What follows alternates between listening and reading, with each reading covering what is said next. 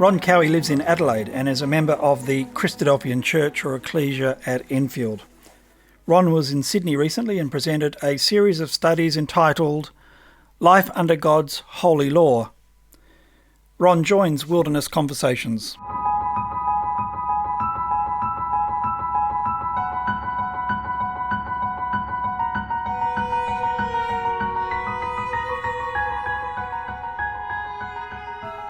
Ron, thanks very much for joining Wilderness Conversations. The Law of Moses gets a lot of attention these days, particularly from atheists and people that are trying to bring down and denigrate the Bible, and they tend to focus on the Law of Moses particularly. And they will pick out areas such as the way the law spoke about women in Israel and things like that. Recently, you did some talks in Sydney, which were well received. I wonder if it might be an opportunity for us just to share some thoughts on the way that the law did speak about women. An extreme case was made by a well-known feminist, Taslima Nassin, who says, and I quote, "I strongly believe that no one can be a true feminist without being an atheist. All religions are anti-women. No one can be pro-woman while supporting an anti-woman dogma." Is this claim against the Law of Moses justifiable at all? Okay, Steve, thank you for that question. What I'd like to say first is that the Law of Moses was given to the nation of Israel just after they came out of Egypt. And they were a nation of rescued slaves, and they had very little structure before they came out from Egypt as slaves into the wilderness and then into the land. So what we have in the Law of Moses is a complete system of law and worship, as well as educational and teaching mechanisms that were all put together in the law that God gave to his people. There were laws that had to regulate the nation, and particularly in the nation where people were going to do the wrong thing or do things that God wouldn't particularly approve of. There were regulations and penalties put around those things. So we had a law that was designed to actually regulate a whole nation and give it a civil and a justice code, as well as a worship code. So there are cases that we come across which have attracted the ire of the feminist movement. And on that statement you read, I'd just like to make the comment that when we make absolute equality for females our God, or the ultimate thing in life, then of course we'll end up having a problem with the Bible, because the Bible doesn't go down that path. The Bible greatly respects women, and we're going to see in a few moments that the Law of Moses actually promoted safety for women. It promoted that women should be respected. It actually protected vulnerable women in many, many situations. And in some ways is actually far in advance of the laws of many countries in the world today. But as to the balance between religion and feminism, there will always be a conflict, because feminism takes as the only standard of judgment that you have to have total equality and access to every avenue of life, or else they won't accept it. So they can't accept the Bible, they can't accept religion. There were indeed clear examples where roles could only be fulfilled by men, and an example was the high priest. Only a man could be a high priest. So there were no woman priests. But the law did, as you say, elevate women in ways that were unique for that particular time. Is there some examples of that? One of the greatest ways to appreciate the value of the Law of Moses is to compare it to the codes of the ancient world. And we have a few of those around, particularly the Code of Hammurabi, which was very much extant in those Middle East nations at the time. And you will find in all of those ancient codes that there was a strong practice that fathers had to be honoured and obeyed. And that was something which, of course, most societies saw as essential. When you come to the Law of Moses, it's actually remarkably ahead of its time, because in the 10 Commandments, the 4th commandment that God gave to Israel said, "Honour thy father and thy mother." And that was absolutely unique for its time, and quite outside it. You never find that in the codes of the other nations. And when you come across in Leviticus 19 verse 3, and it says that you shall fear every man his mother and his father, and keep my Sabbaths, and so forth.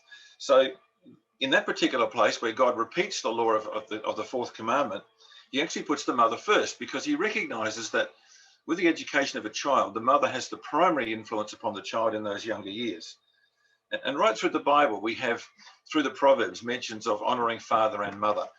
But the Law of Moses elevated the status of women to be respected by their children and obeyed by their children, where the other codes of the nations were all about fathers and their rights. So again, we have a law that was given 3,500 years ago that actually meets many of the modern criteria. And in fact, there's even cultures and religions around today, significant religions, that don't do that today. There are many religions today where, males and even male children are given tremendous freedom to do what they want and not to respect their mothers, because that's part of those religions and cultures. And here we have a situation where mothers were very much part of the education of every child. In fact, the law went on to say, and in some other places, that if you cursed or assaulted a parent, either mother or father, then that was subject to a death penalty. And while that probably didn't happen, the very fact that there was this very strong deterrent made people appreciate that there was a great need to respect both father and mother in the family. The law had particular laws around women that were unique to women, and one of the examples which might be cited is the selling of daughters, particularly in Exodus 21. Yes, this is termed by those skeptics and the atheists as the bride price, and that daughters are being sold to pay off family debts. That's how it's portrayed. This is a classic case.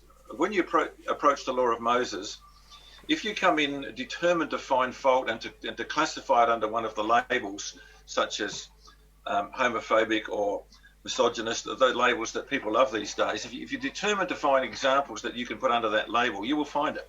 You'll read it in a way that is not true to the record.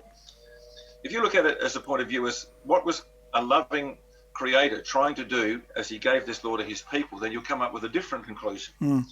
This is a classic case of that particular approach that we have to these matters.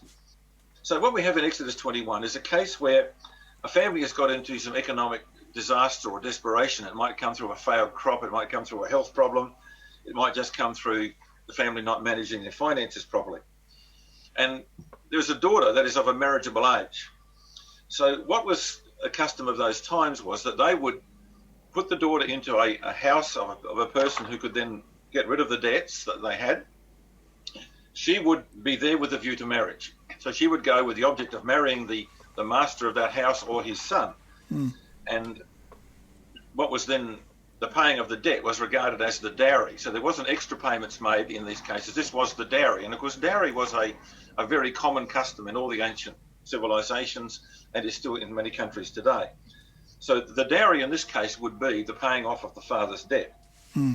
So this was an arranged marriage, and that's something, again, which was a custom of the times, still a custom in many countries today. And it's worth noting that the success rate of arranged marriages seems to be higher than even those who have a choice. So here was an arranged marriage. The girl went, and you would expect very willingly into this situation. She's now getting into a house where she's got security financially, whereas before the whole family was about to go broke. And she can now go and she can work in that house until the marriage, and then she becomes a daughter of that house. In Exodus 21, the law was very, very specific about a number of things. It was that she had to be treated as a daughter of the house, as it says in verse 9. She had to be considered to be a daughter of the house. She was not allowed to go out into the field, says verse 8, as men servants do. So she wasn't to be overloaded with work. She was to be treated like any daughter would be treated. So she wasn't to come in on board as a servant carrying the burdens and so on. No, she wasn't to be an ordinary servant. She was treated as a daughter of the house. But what could happen in those situations, that having moved into the house, that the person who she was there to marry, either the master of the house or the son, might decide that they didn't want to marry her and they wanted to marry somebody else. So there was what the Bible terms a breach of promise. And we find that in verse 8, that a situation arises where she has been dealt deceitfully with. It says, the ESV has this as a breach of faith. So the promise of marriage is now withdrawn from her. And this leaves her in a very vulnerable position. She's now in a house where she's not going to get married. And how is she going to be treated? So the rest of that particular section of Exodus 21 makes the point that if she should, several things can happen. Number one, her father can borrow the money from somewhere else and come back and redeem her.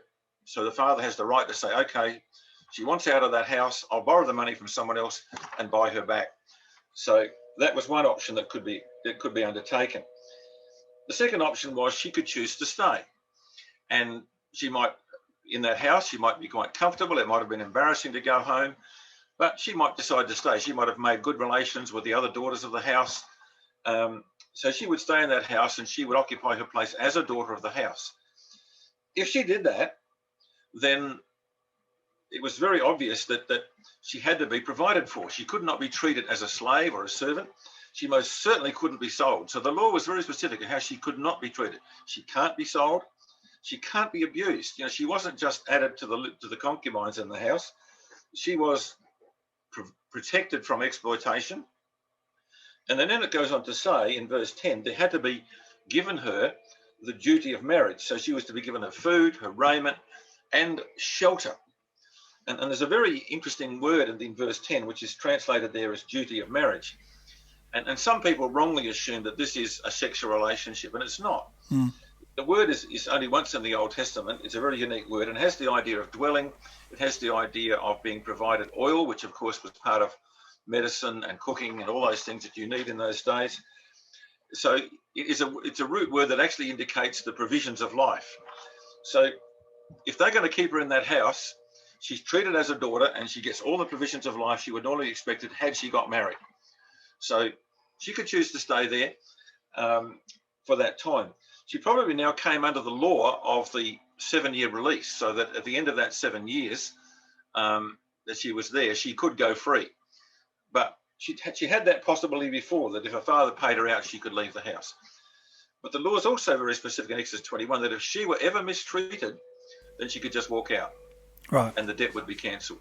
So, you know, this was all about protecting this girl left in a vulnerable position because of the breach of promise that had occurred.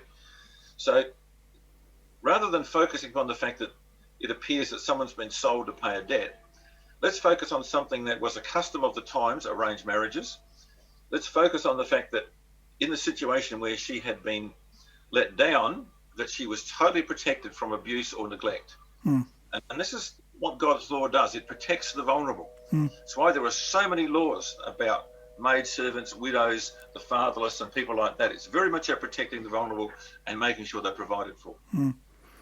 It changes the way you look at it, doesn't it? And I'm going to guess that the next example I've got, I wanted to ask you about, which is Deuteronomy 21, is probably a little bit similar. It's probably the way we look at it. Deuteronomy 21 speaks of the taking of women captives during the time of war. And this is often also used as an example of poor treatment of women who are, if you like, taken back to the land of the invading army and potentially mistreated. But in fact, the law is almost the opposite to that, isn't it? Yeah, that's a really good question, Steve.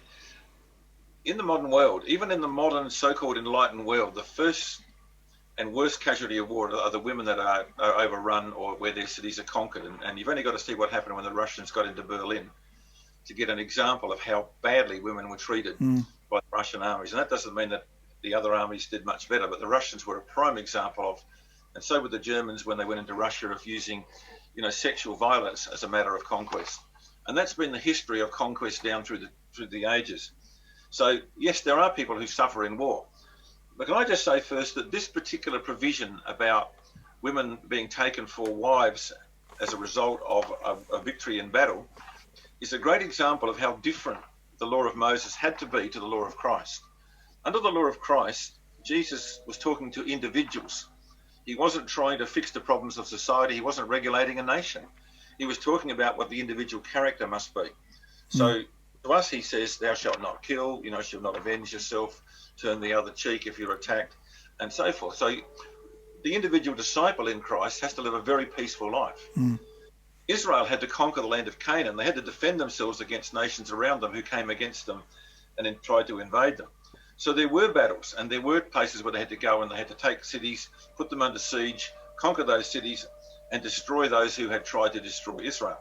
So we're dealing with a national context here versus the individual context in the New Testament. Right, yep. So it's a very good example of how the difference of the two laws between the law of Christ and the law of Moses. So when a city was conquered, and we're talking now about cities that are well outside the land of Canaan, because, you know, God made a very clear law that because of the abhorrent wickedness of the Canaanites that at this time was extant, that every Canaanite had to be killed. And that's something we could talk about later on. But if they went to a city that was outside the land, that wasn't of the Canaanite countries, and they defeated it, they could take female captives, and we're talking about virgins only, and they could take them home that they might become their wives. So again, we have somebody in a very vulnerable position. This girl, if she was left in that city that had been defeated, would probably suffer hunger, very likely some violence, and then she's at the mercy, because the walls are broken down, the gates are broken down, the mercy of all the marauding up people that might then take advantage of it. Her whole home life has been destroyed. She's lost her family and everything, because parents and brothers have probably been killed in the battle. Yep. And we think those battles like that are horrible, but it was the reality of life in these ancient times. So what's she going to do? So God made one thing absolutely clear. He said that when you conquer these cities, you are not to do what most nations have always done in war, and that is to treat the women with violence and sexual exploitation. Soldiers who have been fighting in a battle are full of adrenaline. They've been away from home for a long time, and normally the spoils of war are the women. And you've only got to see what Sisera was saying in Judges chapter 5 about his conquest. It was that he might get more women for his exploitation. So there was this provision that if a soldier saw a virgin girl who had survived the battle, he could take her home with a view to making her his wife down the track, but he could not do anything to her. He could not even make her his wife, at least for 1 month. Now, there were a number of provisions around this that were very interesting. So bear in mind, this is God protecting the vulnerable, and that's what it was about. So the first thing she did when they got home, she had to shave all her hair off, cut her nails off, in which other words, get rid of all the outward decoration. So whereas the initial attraction may have been very physical, perhaps picked out because she was good looking, now she has to get rid of all those things. So the soldier who's thinking about taking this girl for a wife has now got to look at her character, find out whether she would make a good wife, a good mother of his children. And she's given a whole month to mourn her family that she's lost in the battle. So she goes through a period of mourning. So she's in the sackcloth. She doesn't look particularly attractive. And, he also has a chance to get to know the quality of this girl as far as her character and her potential goes. So that's really interesting. So I had always wondered about that very peculiar expression that she had to cut her nails. I mean, the cutting of the hair as well. So what you're saying is that was almost both an actual and almost a symbolic representation that he was to look at her beyond her beauty, beyond her natural glory, because as we know, the New Testament says a woman's hair is her natural glory. So she's now lost all of her, and I think it wasn't limited to the nails and the hair. I think very likely any natural decoration was taken away from it. Yeah. So the soldier's got time to think about whether he really does want to marry this girl, and if he decides that he doesn't want to marry her, she can go free. And the law is very specific. She cannot be sold. You can't say, well, look, I'll make a few bucks out of her and I'll sell it to somebody, some old chap. Can't do it. She cannot be sold. She can walk away free if he changes his mind. So she would then be able to go in Israel. She could work for somebody else. She could become a maid servant, and she could get a living that way. But she could not be sold. And it just means there was no exploitation allowed. Even a woman in this very, very vulnerable situation of being a captive and having no choice whether she got married. And if she really said she didn't want to get married, or she proved that she had a bad character, the soldier could walk away. And it was actually stopping the abuse of women, and that's what it was all about. And while people say, oh well, it's terrible that she was taken in the first place, if she wasn't taken, she would have been put to death like everyone else in that city. Because when nations outside Canaan rose up against Israel and were a threat to it, they did kill everybody, and that was what God said they should do, except for these girls who could be spared. But having been taken back, she had that right, and if she wasn't married, then she could go free. So it really was a very, very positive law from the point of view of looking after the vulnerable woman. You've mentioned a few times that she couldn't be sold. In fact, generally speaking, God forbade any sort of kidnapping and selling. Yes, it's very clear. There's a very clear law in Exodus where God says that any man who buys a slave or buys a person and sells the person, it's just death penalty, no exceptions. So the slavery that we saw in the West Indies and America, That kind of slavery is totally and utterly against the law of Moses. The law of Moses talked about service. It talked about people who are working to pay off their debts, which we fully understand in the modern world. It talked about people who had decided voluntarily to go into service because they were not much good at managing their own farm. There were all kinds of service which were there, and it was all about that they had to be well treated. You could not abuse them, you couldn't hit them, you couldn't damage them, you had no rights to have sexual exploitation going on, and it was a form of service where they were working for a living or working to pay off a debt. The great thing about Israel's laws of service was that at the end of every 7th year, debts were cancelled. And there's never been a provision in any country in any part of history where at every 7 years all debts were cancelled. So the service was limited by that period of time. It was limited by the amount of time. So, but in the case of these women, they went into marriage. They had the opportunity to learn the laws of Israel, become part of the family of God in Israel, and many of them did. And that's a wonderful thing. And they became part of the nation. But initially it was about protecting them from what normally happens in times of war. Again, we've got a Geneva Convention that says that rape shouldn't happen, but it happens. Look at what happened in Bosnia and those sort of places in the 90s. It was absolutely terrible because that was a religious, campaign of rape. Yep. Designed to break people's spirit. It's happening in our times. The law of vows in Numbers 30 is a particularly interesting one as well. At first glance, it appears that the implication is that no women can be trusted to make decisions, and that would be sort of, as you say, that the view of those that are looking to. And then again, this is a matter of how you approach it, isn't it? If you go in there looking for something that breaches the feminist agenda, you're going to find it, because what you get in Numbers chapter 30 is you get one verse about a man making a vow and he must stick to it, and 12 verses that define what happens for females making vows. So we've got to ask the question, why does God put so much data around the female choices? Well, there are a number of reasons. And when we come to God's law, one thing we need to understand is that some laws had precedence over others. So in the case of a child that was born, then you would find that the child had to be circumcised on the 8th day. But if the 8th day happened to be a Sabbath day, you got a conflict with the Sabbath day which said no work should be done. Right.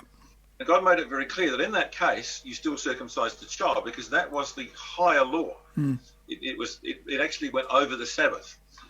So there were cases like that where one law was higher than the other. Another one is the law of inheritance, where every Israelite was given an inheritance at the time the land was conquered, and that passed on down through the generations. In a case where a woman was left a widow and without children, her brother-in-law had to raise up seed to her. So the nearest relative, whether it's a brother-in-law or uncle, the nearest relative to her would take her on as a second wife and would raise up seed so that the inheritance would be farmed by her children and would stay in the family. And the preservation of the inheritance actually superseded God's requirement that there be one man, one wife in a marriage. So you ended up with rare cases, and probably the case of Elkanah and Hannah in the book of Samuel is one of those rare cases where there were two wives, and that was to preserve two inheritances. So you do get those rare cases in the Bible that come up, but that's where, again, one law superseded the other. So we have another example of this in Numbers chapter 30, because right from the beginning, when God created the heavens and the earth and put Adam in the garden, Adam was given the law of God before Eve was even created. So when the law was broken by Eve particularly, Adam was held accountable because it was his law. He should have made sure it was enforced. So you have a situation also that Eve led the transgression because she was deceived by the serpent.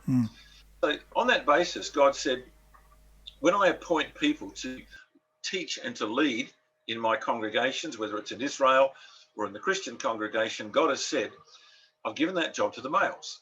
So that's why there were only male priests of the house of Aaron. People say discrimination. Well, God discriminated against 99.9% of the whole nation of Israel because only one tribe and only one family in that tribe could be priests. So there was a clear distinction that God made that only one particular person could be high priest and only his family could be priests. So this was God's prerogative to make those choices. Now, when we come to the law of Numbers chapter 30, this provision that women need to be under the guidance and leadership of men comes into the record of Numbers chapter 30 when we come to the matter of vows.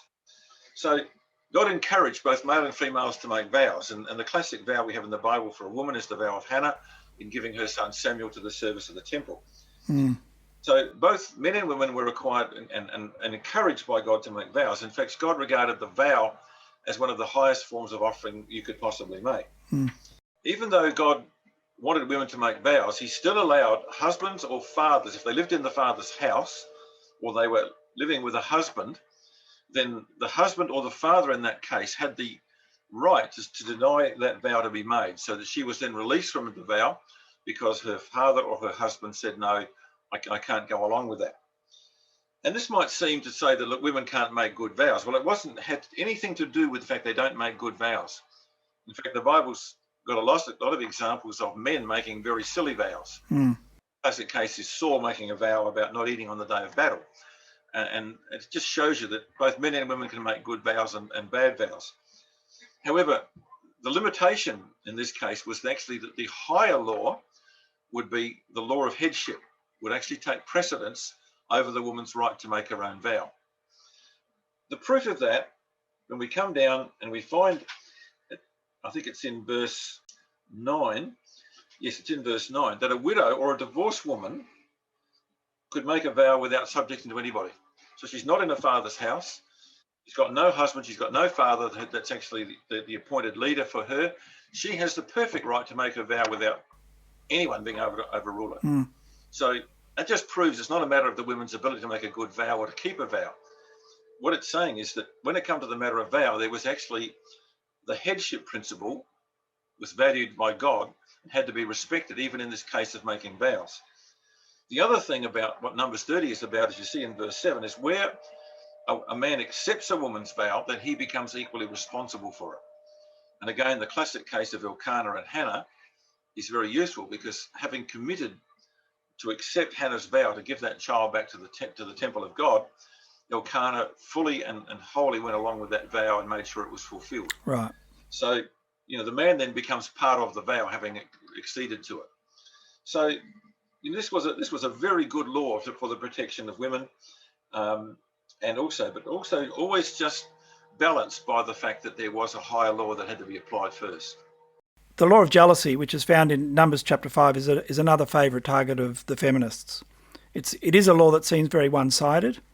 A woman could be accused, and there was a process for that, but not for the man. Why do you think Numbers 5 positions it like this? Okay, this is another classic case of what you're looking to find in this law. If you're looking to find trouble and to find the transgression of feminist ideals, you'll find it.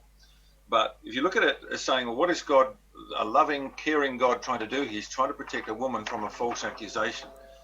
It's not so much about finding somebody guilty, but finding them actually innocent. That's what this is intended to do. You can also say that in these laws in Numbers 5 and 6, if you look at the early verses of Numbers chapter 5 and the early verses of Numbers chapter 6, it appears that these particular set of laws in Numbers 5 and 6 very likely applied to both male and female. And it's an example of what we have as case law, where God doesn't go and define every particular case and how it will be judged. He gives you one case. And the classic illustration of that is in the matter of theft. The only case that is discussed in regards to theft is the loss of farm animals. And provisions are that if the animal is found to be dead, then you've got to pay 4 times its value. If it's found to be alive, then you've got to pay twice. And the obvious thing that comes out of that is that there was always reparation for theft. So that would be case law for any theft. There would always be not just a restoration of the stolen property, there would be a payment and recompense for the lost time, the worry, stress, and all the things that person had lost by the virtue of your theft. So it became a case law for every type of theft, whether it was your plough or whether it was some of your goods. That was the principle that was then applied to every case.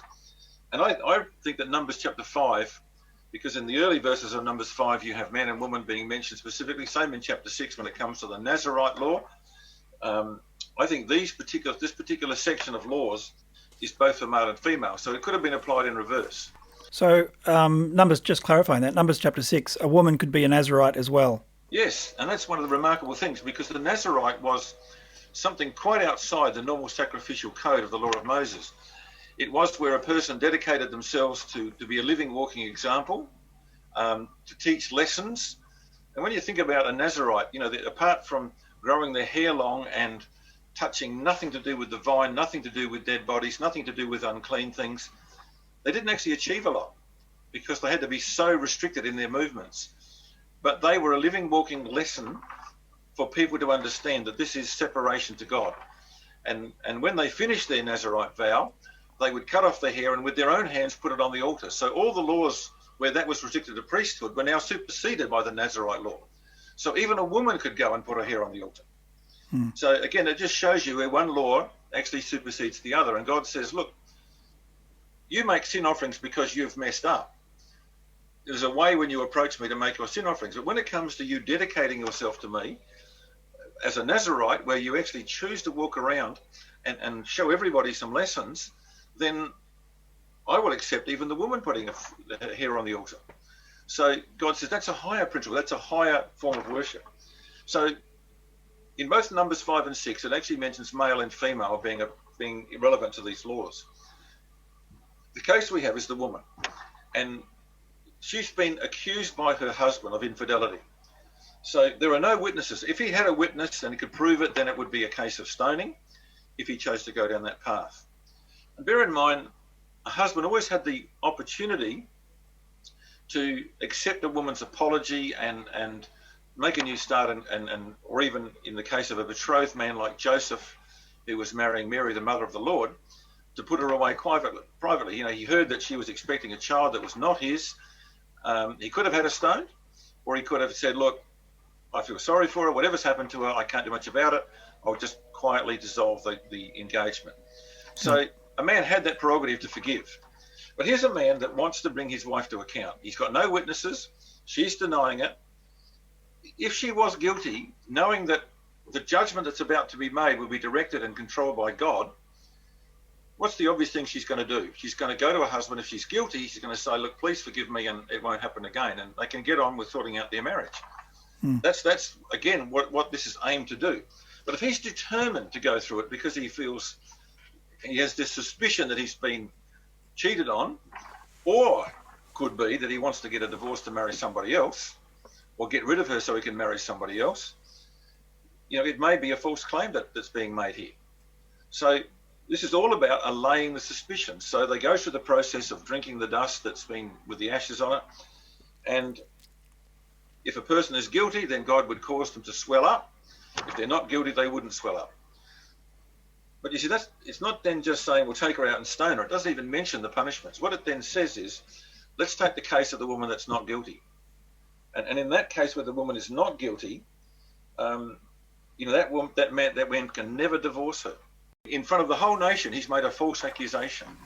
So I don't believe too many cases got to this point. I think if the woman was guilty or the man was guilty, there would be a confession and an attempt to reconcile the matter. If it came to this point and you were guilty, then you'd be stoned, because in these days God did make those judgments. And without God making an intervention, this law wouldn't have worked. Once God didn't make those interventions, this law would not work. So you've got to say, why did God give the law? Well, he gave it at that time so that people didn't do these things. They didn't commit adultery. They didn't make false accusations. But where one had been made, the vulnerable woman was protected. And that's the essential element that flows through all of these laws about women. The vulnerable women are protected. Yeah, can I just say on that, Steve, that you know, when you think about some of the religious fanaticism we have in the world today, where families get involved in honour killings because a girl might be courting a non-member of their particular religion or faith, or they believe that a girl's had relations with somebody that's not of their faith, and the family go out and they kill the girl or they kill the person involved. You know, that's exactly what this was designed to prevent. It was designed to prevent suspicion and anger and unfounded charges.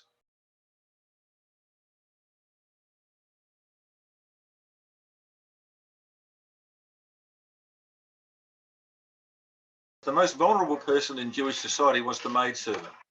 You know, in countries today around the world, and this again is supposedly in the enlightened 21st century, there are many countries today where maidservants suffer incredible abuse, and many Asian girls go to the Middle East to work there and end up in places like Malaysia and Saudi Arabia and other places where they become not only treated like slaves, in other words, unable to have any freedom of their own, unable to go out, unable to have any days off, and often sexually exploited. And that's a common thing. Under God's laws, there was a tremendous degree of care for maidservants. And it's a great little study to just pick up a concordance and go through the Law of Moses and colour in how often maidservants are mentioned. And every time you read about a maidservant, it was particularly that they were vulnerable because they can't physically stand up for themselves. You know, in a lot of houses where there were males or sons, they were vulnerable. And also they could be overworked. And these are the laws that God made about maidservants. God said they were not to be mistreated, so they couldn't be physically abused. You couldn't beat them, you couldn't knock their teeth out, you couldn't, any way put them under physical pressure. Men were not allowed to lust after maidservants. There are a number of verses that actually talk in the Law of Moses about men were not to lust after their maidservants, so they weren't to be sexually exploited. They were specifically included. Whenever you read about the feast of Israel and the worship of Israel and the sacrifices, it says when you go up to serve God, you go with your maidservant. So, she was specifically put into the law as part of the family worship. When the Sabbath day come around, she got the Sabbath day off like everybody else.